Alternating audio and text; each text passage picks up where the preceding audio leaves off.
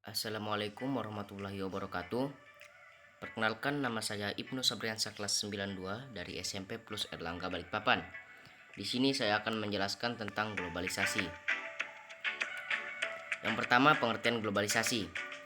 Globalisasi adalah suatu proses penyebaran unsur-unsur baru atau hal baru khususnya yang menyangkut informasi secara duniawi melalui media cetak dan elektronik.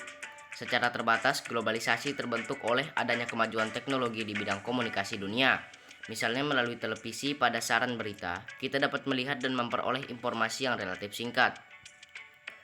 Adapun bentuk-bentuk globalisasi yaitu globalisasi bidang budaya, globalisasi bidang komunikasi, globalisasi bidang ekonomi, globalisasi bidang iptek, dan yang terakhir globalisasi bidang transportasi. Yang pertama ada globalisasi bidang budaya. Globalisasi budaya adalah penyebaran gagasan, makna, dan nilai ke seluruh dunia dengan cara tertentu untuk memperluas dan mempererat hubungan sosial. Contohnya, globalisasi dalam bidang budaya ialah masuknya mode-mode luar negeri ke Indonesia. Saat ini mode-mode yang sedang tren di Indonesia ini ialah mode-mode dari negara Korea, Jepang, dan Amerika Serikat. Yang kedua ada globalisasi bidang ekonomi.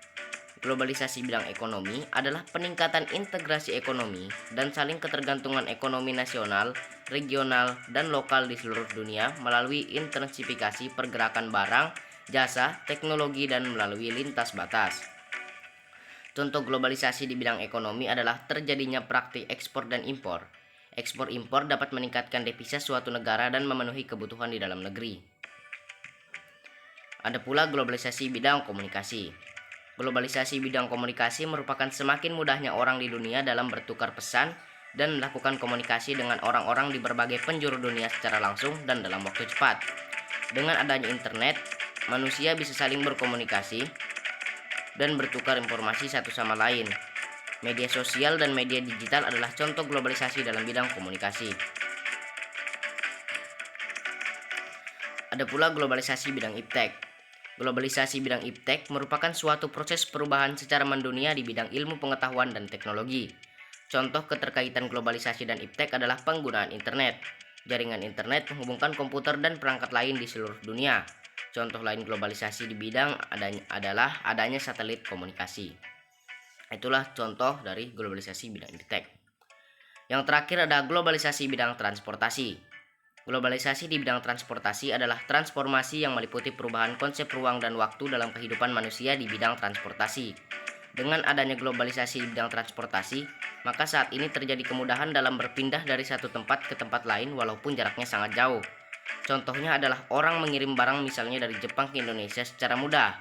Adanya toko online juga termasuk contoh dari globalisasi bidang transportasi. Ada pula dampak-dampak dari globalisasi. Ada dua dampak, yaitu dampak positif dan yang kedua adalah dampak negatif.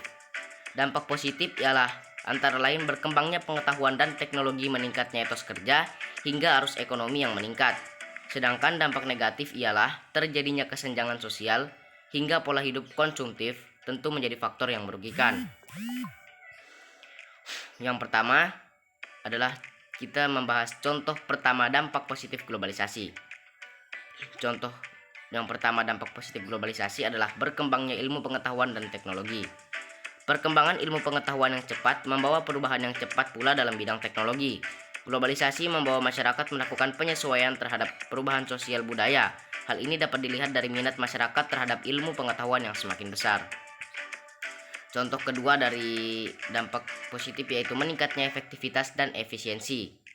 Efektivitas adalah tingkat di mana organisasi dapat merealisasikan tujuan-tujuannya, atau dengan kata lain pengukuran efektivitas dapat dilakukan dengan melihat sejauh mana organisasi mampu mencapai tingkat yang diinginkan. Efisiensi adalah tingkat perbandingan antara masuknya input dengan hasil output yang dicerminkan dalam rasio atau perbandingan di antara keduanya. Kenakalan remaja adalah suatu perbuatan yang melanggar norma, aturan, atau hukum dalam masyarakat yang dilakukan usia remaja atau transisi masa anak-anak ke dewasa. Yang ketiga, ada perekonomian suatu negara semakin meningkat. Pertumbuhan ekonomi adalah suatu keadaan adanya peningkatan pendapatan yang terjadinya karena peningkatan produksi pada barang dan jasa. Umumnya pertumbuhan ekonomi ini identik dengan kenaikan kapasitas produksi yang direlasikan dengan adanya kenaikan pendapatan nasional. Dampak keempat globalisasi adalah meningkatnya taraf hidup masyarakat.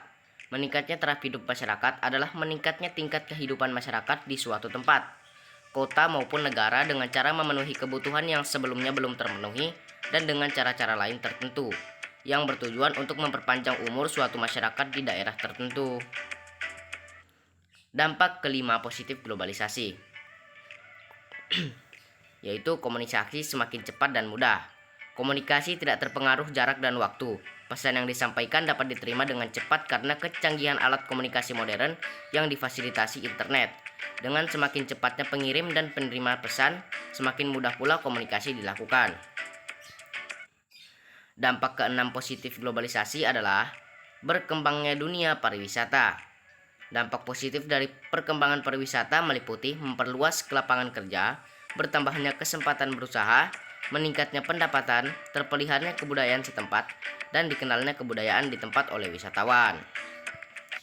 Dampak ketujuh dari positif globalisasi yaitu perkembangan alat komunikasi dan keterbukaan informasi, yaitu ada contohnya menghubungkan orang di seluruh dunia, penyebaran informasi yang cepat, munculnya media sosial, sarana berbagai file, informasi yang dibutuhkan akan semudah diakses untuk kepentingan pendidikan. Di sini kita membahas lagi contoh-contoh dari dampak negatif globalisasi. Yang pertama, dampak negatif globalisasi itu terjadinya kesenjangan sosial hingga pola hidup konsumtif, tentu menjadinya faktor yang merugikan.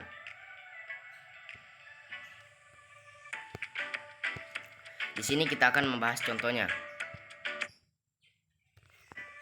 Yang pertama, westernisasi adalah contoh pertama dampak negatif globalisasi.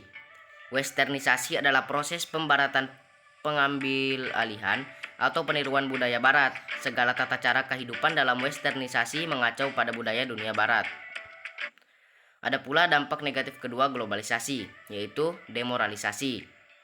Di sini kita akan membahas apa itu demoralisasi.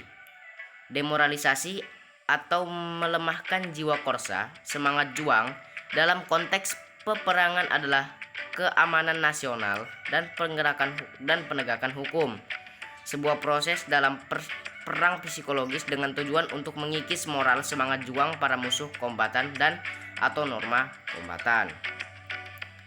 Di sini ada contoh ketiga dampak negatif globalisasi, yaitu kesenjangan sosial ekonomi. Kesenjangan sosial ekonomi merupakan suatu keadaan yang tidak seimbang di bidang sosial dan ekonomi dalam masyarakat. Kondisi tersebut terjadi karena kurangnya kesempatan untuk memperoleh penghasilan, mendapat kesempatan kerja, dan kesempatan untuk berpartisipasi dalam pembangunan. Di sini adalah contoh keempat negatif globalisasi, yaitu kriminalitas. Kriminalitas adalah suatu perbuatan yang dapat menimbulkan masalah-masalah dan keresahan bagi kehidupan dalam masyarakat. Contoh kelima dampak negatif globalisasi yaitu pencemaran lingkungan. Terjadi penurunan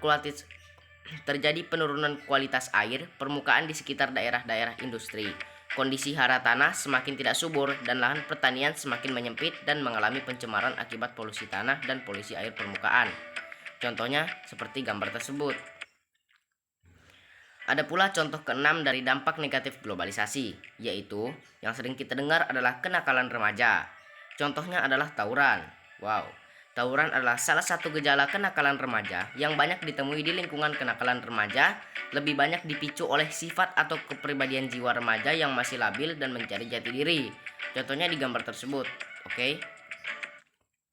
Yang terakhir ada contoh ketujuh dari dampak negatif globalisasi. Individualisme yang semakin tinggi. Apakah kalian tahu individualisme?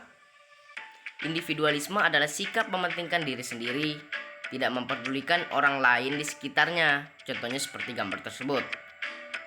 Sikap di masyarakat Indonesia belakangan ini semakin individualis karena perkembangan teknologi yang masuk. Contohnya, meskipun kita bersampingan tetap mengutamakan HP. Sekian video dari saya. Jangan lupa di-subscribe. Wassalamualaikum warahmatullahi wabarakatuh. Dan see you.